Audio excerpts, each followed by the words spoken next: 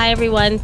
Welcome to another day of Community Scrum. Today, we are going to continue the conversation on anti-Black racism. And today's guest, we have a special guest, Gloria Glows, who's also CEE alumni, and an author and writer and poet. And we have Khalil, who's our youth engagement facilitator. And then we have Shakira with us today, who's our financial officer at CEE, and myself, and I'm the alumni relations officer. Today we are going to be talking about this comment that's often heard, especially in this time, saying all lives matter. We are just going to go around and see what everyone's opinion is about it. Does it feel like an insult is really my true question. When you hear all lives matter, do you take that as an insult? It's not really an insult. I just think sometimes it's not necessary to be said, or some people don't want to hear that, especially when their fellow Black family members or community members are dying. And then you have white folks who say, well, it shouldn't be Black Lives Matter, it should be all lives matter. I mean, it's not that all lives don't matter. It's just that in this diaspora right now, Black lives haven't seemed to have much value to the rest of the world. Yeah. So that's why we're trying to push that narrative. Yeah, for sure. The reason why this question came to me is because I was actually in my own home, and the conversation, I heard someone say something about, someone was making a point and they were speaking. I wasn't paying attention to the conversation, but all I know is that I heard the words Black Lives Matter, and then I heard a rebuttal in the background saying all lives matter, and I was, for some reason, I got enraged. So I assume that, yes, this comment does feel like an insult to me, especially when it's used as like a rebuttal. Like, why in the moment of someone saying Black Lives Matter do you feel the need to say all lives matter? And for me, that's just like racism on top of racism. Yeah. What are you actually fighting for? Because when they say Black Lives Matter, they're fighting for something. The fact that you guys have shown us that the world's supposed to be equal, but it doesn't really feel equal. It doesn't feel equal when we go out to get jobs. It doesn't feel equal when we're in school amongst our peers. It doesn't feel equal when we're on transportation and walking through the streets and driving our cars and people throwing slurs at us. They're never all lives matter slurs. They're specifically to make us look worse than we actually are. And a lot of the things that we see outside, I don't know, like it's not reflective of the family members and people that I know. So that's really why that question comes up for me. And Khalil, do you have any input on that?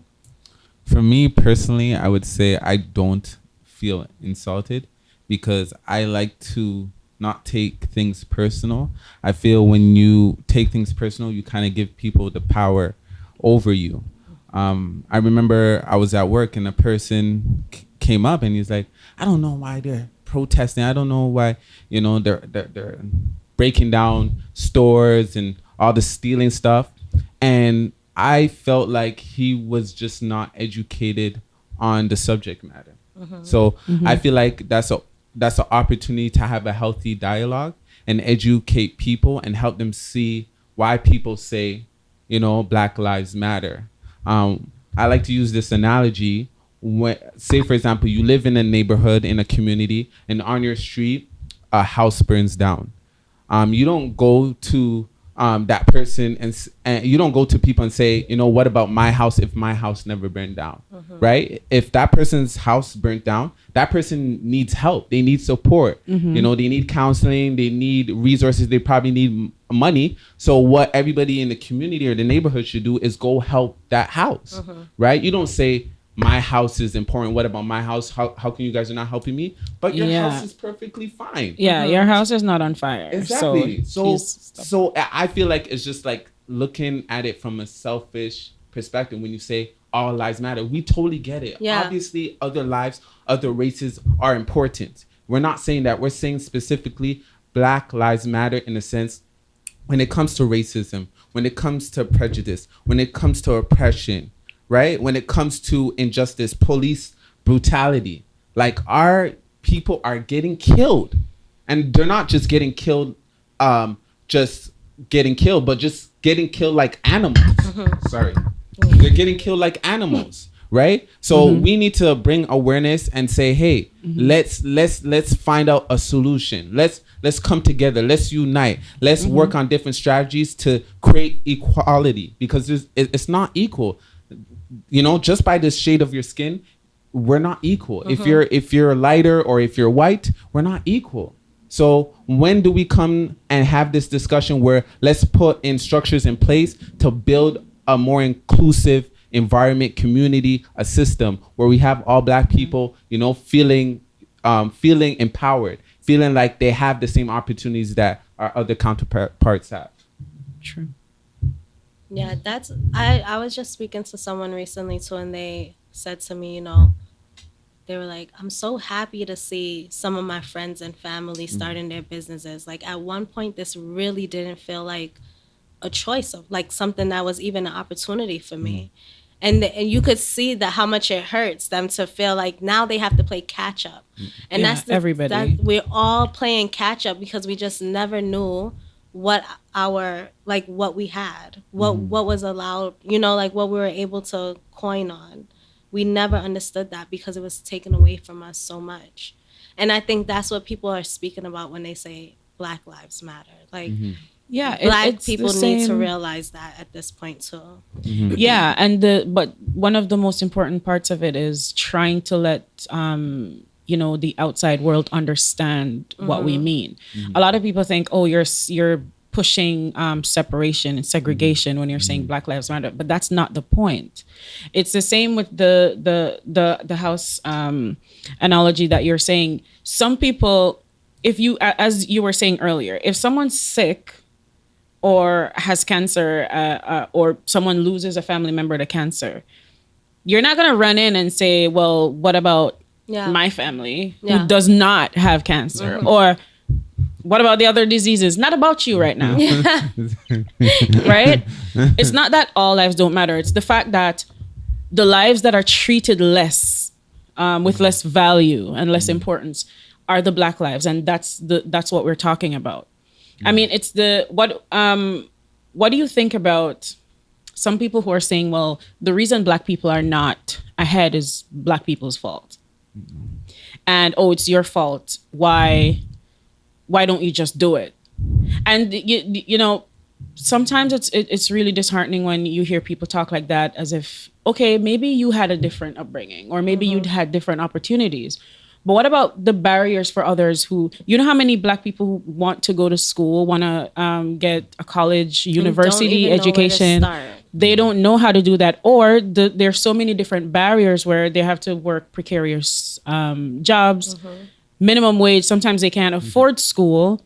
They have other responsibilities, and living on minimum wage, you can't do any of that stuff.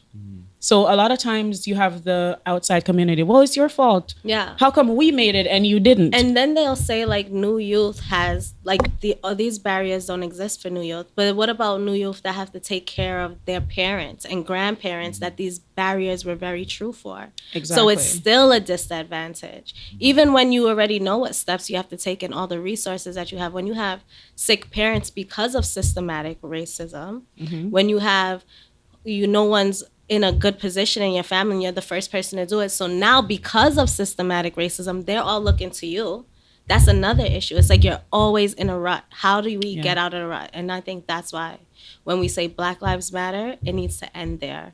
And there needs to be a change from there. And then there needs to be no rebuttal about all lives. Like, I do think that it's an insult. I don't see it as an insult. Because if we want to be it. humanitarians, but that's not what we're talking about. Exactly. I just don't want to hear it. I just don't want to hear it, especially when it's about a man who just lost his life to the police.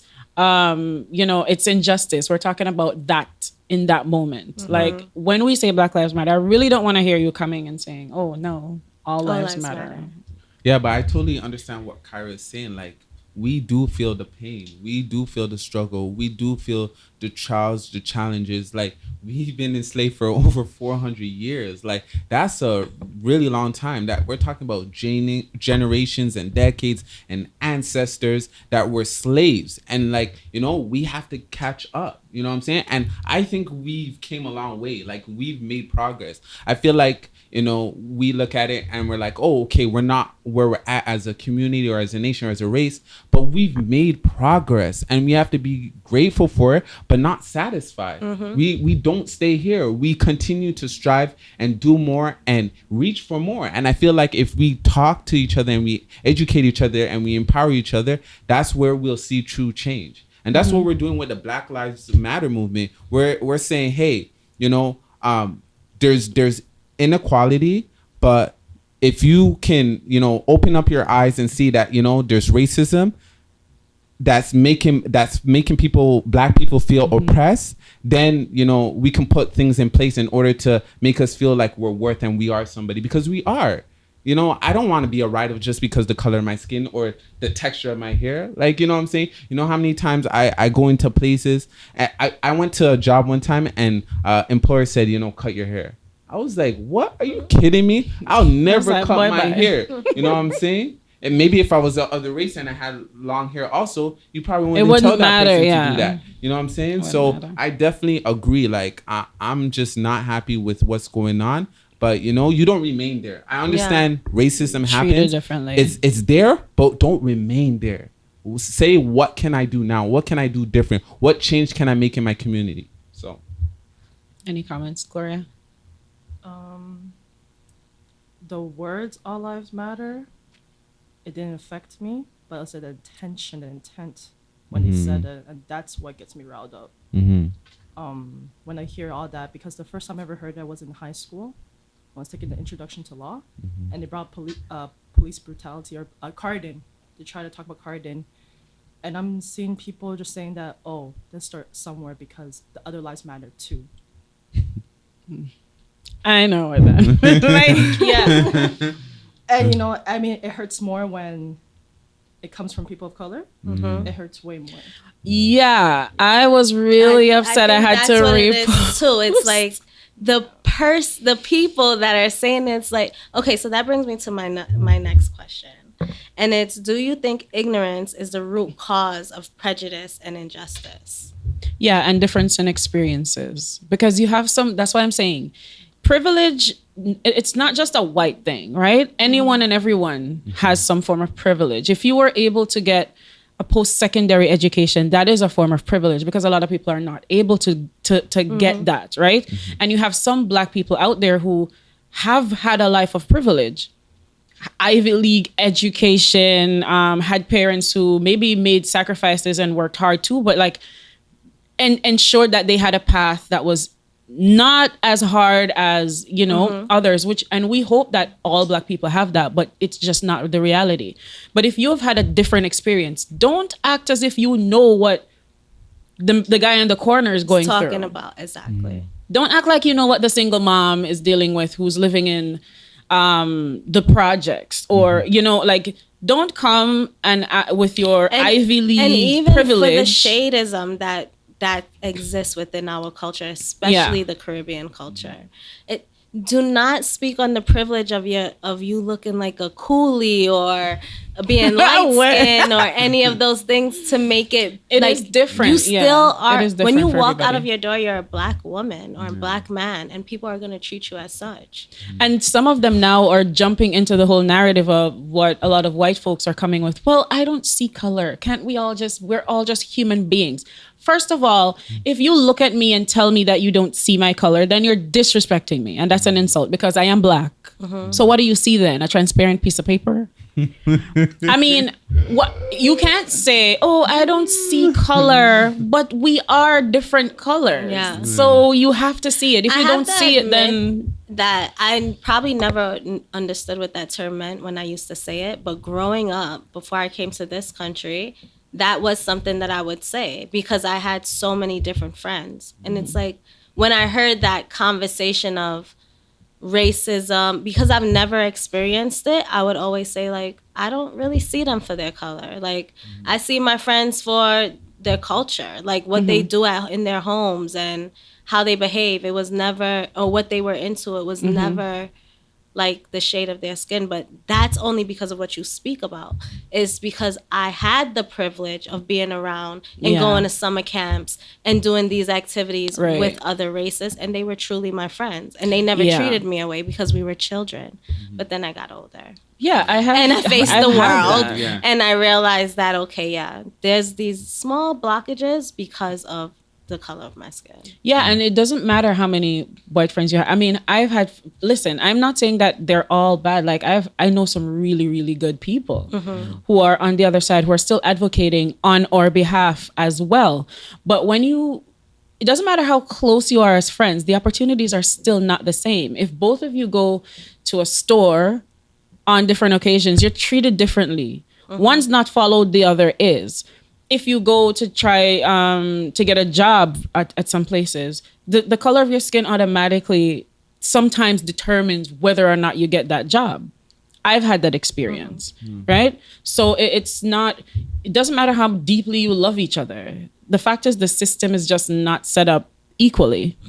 No one's having equal opportunity for anything. So and even for white, if I have a white friend, I mean, I have to see their color because that's also respecting their background and their culture, Exactly. right?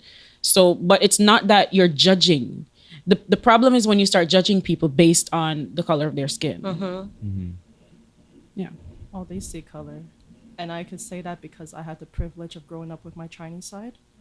And you see the complete difference once they know that I guess I'm more in tune with my Chinese culture. I speak the language, the Cantonese language.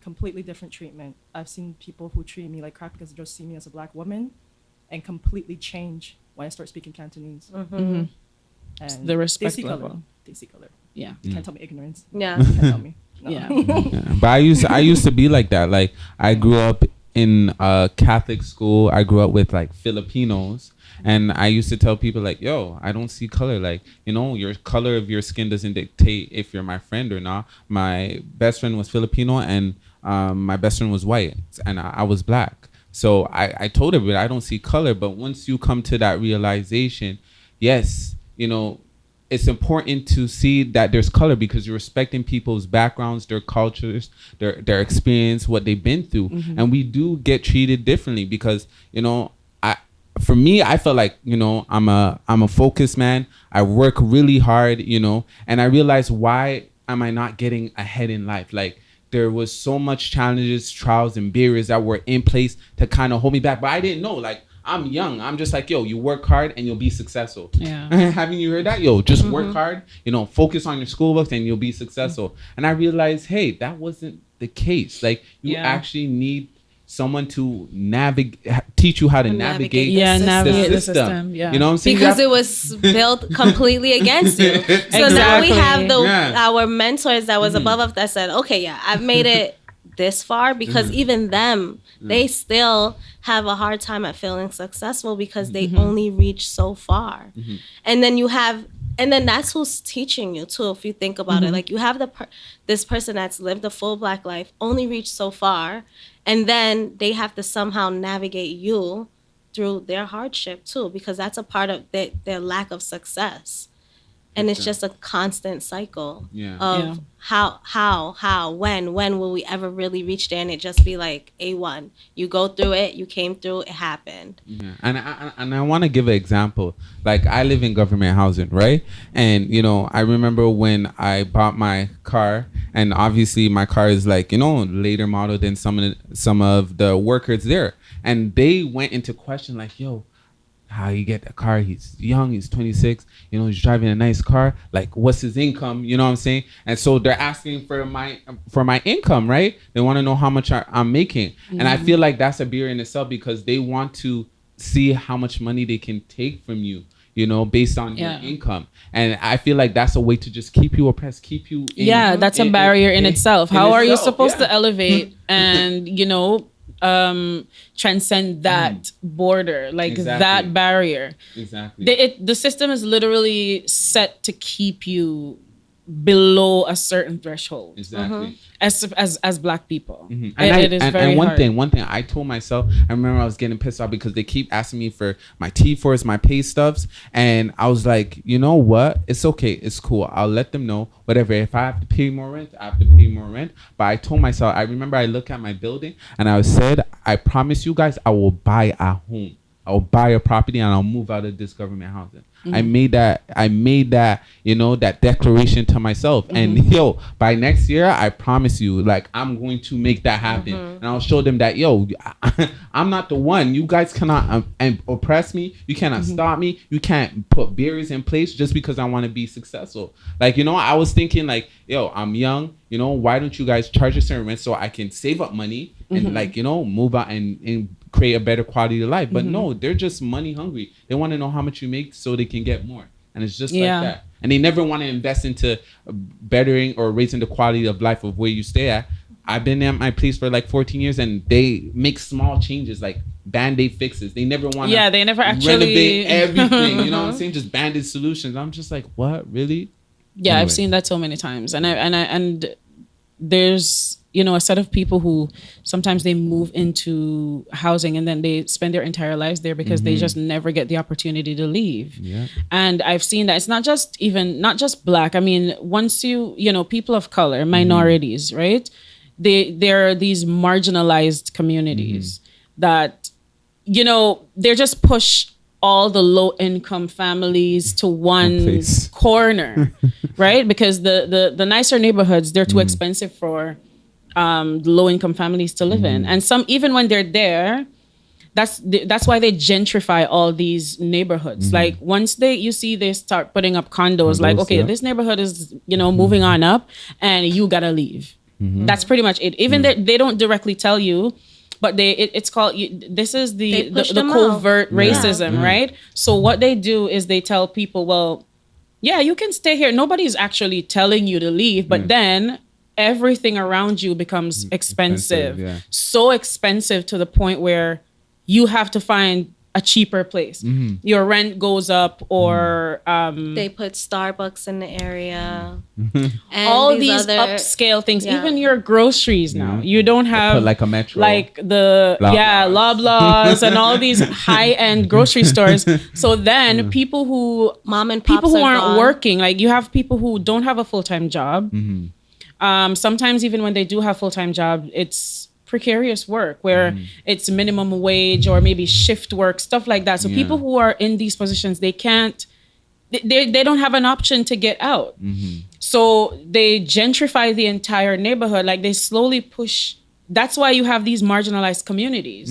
You have communities where, you know, the moment you see it or you enter that community, you know it's just low income families because it looks like that. Yeah. Right? But because all the nicer neighborhoods, they push you out. One of the richest neighborhoods in Bridle Path, I think Drake owns a home there. Northwark, yeah. It's close to Lawrence. Yeah. It's literally right next to one of the poorest neighborhoods.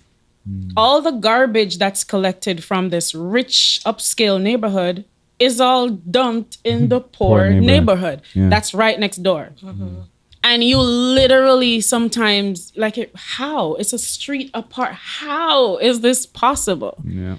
But that's just how the system is set up, because low income, what are they going to do? And then people say, oh, it's your fault. Why don't you get a job? Okay, they're working 2-3 jobs. How are they going to get out? Because they're not paying enough. Right? So, and that's when you get to and people who all dictate. of the racism that they have to deal with while people's mental health is not intact, and that's just off of their work experience alone. They go into these places that are not systematically built for them in any way or catered to them in any way, and then they have 3 jobs and 10 their stress levels is at what level? Like 80%.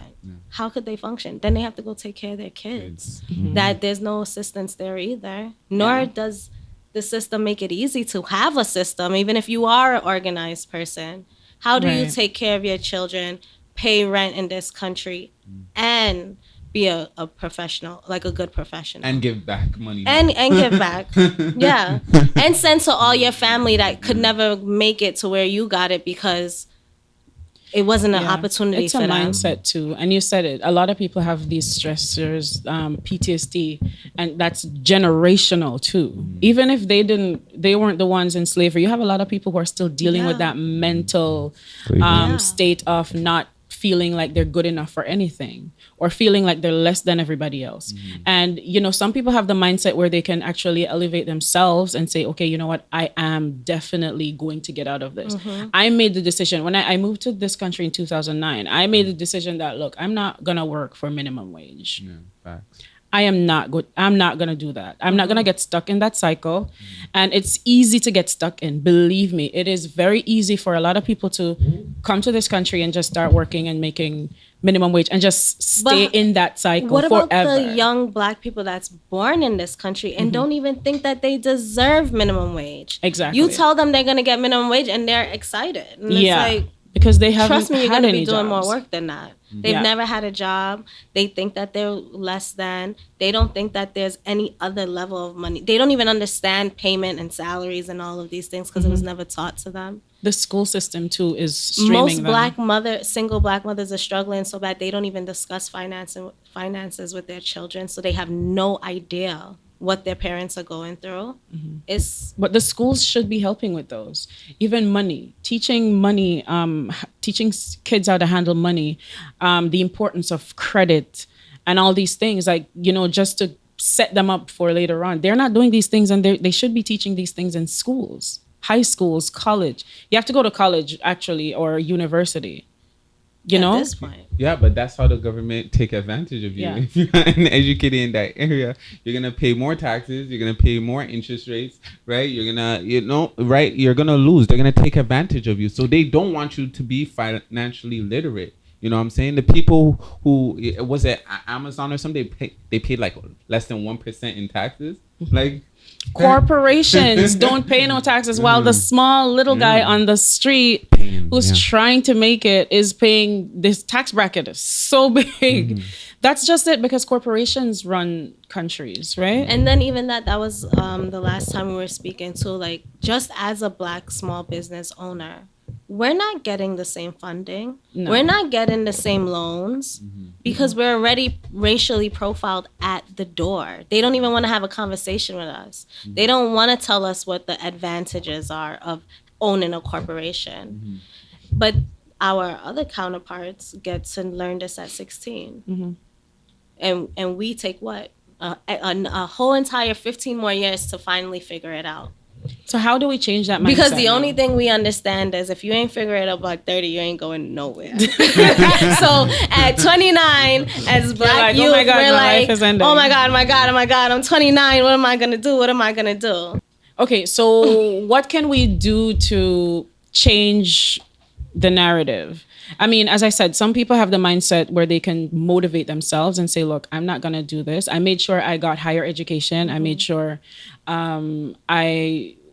did pushed and, made the sacrifice to make sure that I had post-secondary education. But a lot of people don't have that. And a lot of people don't have that luxury of even pushing themselves to get off the couch and do something because they have so much going on mentally. So how do we change the narrative? I think one thing that we could do as brothers and sisters is start to listen to each other. Like when you there's a African proverbs that says moving water makes stagnant water move. So when you see someone setting good examples, kind of start following the trend. Don't be quickly insulted. Yeah. Like listen and try to, it's like Emulate them, yeah. emulate it a little. There's a Black lady that I can't remember her name, but she writes a book. It's I'm Judging You to Do Better manual. And I think that we need to hold each other, like be accountable to that. Like I'm judging you today. You messed up. You teach me so I could teach you. Each one teach one. I think we really need to practice that. We really need to hold each other accountable when we say we're going to do certain things and making sure it gets done. We also need to be a bit more receptive too. I find that sometimes I stay away from, I don't have many friends, but I'm very picky because sometimes when you're talking to people or trying to have an in-depth conversation, some people think you're just, oh, she acting like she's better than people. When that's actually not the case, right? Sharing knowledge and sharing information is important. And I think once you have certain knowledge of, a way to take a step forward, I think I think it's an obligation to share that, right? But I find that in the Black community, sometimes we're not as receptive as we should be, because the moment it was like, okay, you do this or Who you do you did this think or you are? yeah, Yeah. like you don't know my life, or you acting like you're better than me, when that's not the case. And sometimes I find that I have to dumb myself down in certain spaces. You use a word. I have been literally judged by someone. I was typing in a WhatsApp group, and I used the word debacle. And the response was, oh, debacle is not a big word. It's not. But a lot of times, depending on who I'm speaking with, I have to dumb myself down. I have to make sure I'm using simple language, because the moment you start to speak at a certain level, or you're using words that, why are you talking like that, or why are you acting like you're better than people, or if I'm not using my native tongue, why are you talking white? Oh, it's proper English, actually. That's just what it's called. But it's hard to relay the information that you think they need, because they don't want to take it. So I think the solution is like what we do here at CEE, right? Careers, Yeah. education, empowerment, like creating these type of spaces and these platforms for us to talk about this, right? When people come here, they can, be aware of what's going on and what's happening, and learn from it and decide, hey, can I take this with me and apply it? We're doing a phenomenal job at CEE where we're offering, free training programs to Black youth, right? We noticed that there's not a people's gap, there's a skills gap. So we're offering them free training programs in the areas that we feel they're underrepresented in. So it's really making a difference in their life. If school actually failed them, they can come here and feel like family, feel like home, and learn in a different style or in a different way.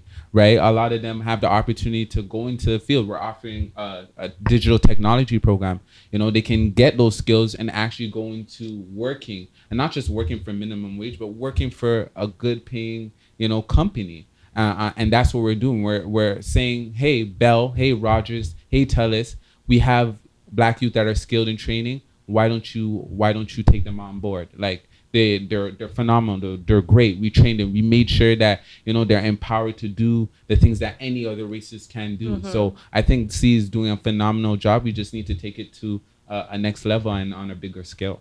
Yeah, and we also offer just like the trauma training, which is open to community too, where we could get through this together, and then anti-Black racism policies that are also available on our website if you guys are interested. okay, well, this was a good, necessary conversation. Yeah, for sure. And anyone that wants to join the conversation, feel free to email me at kyrae@ctoronto.com. It's a wrap.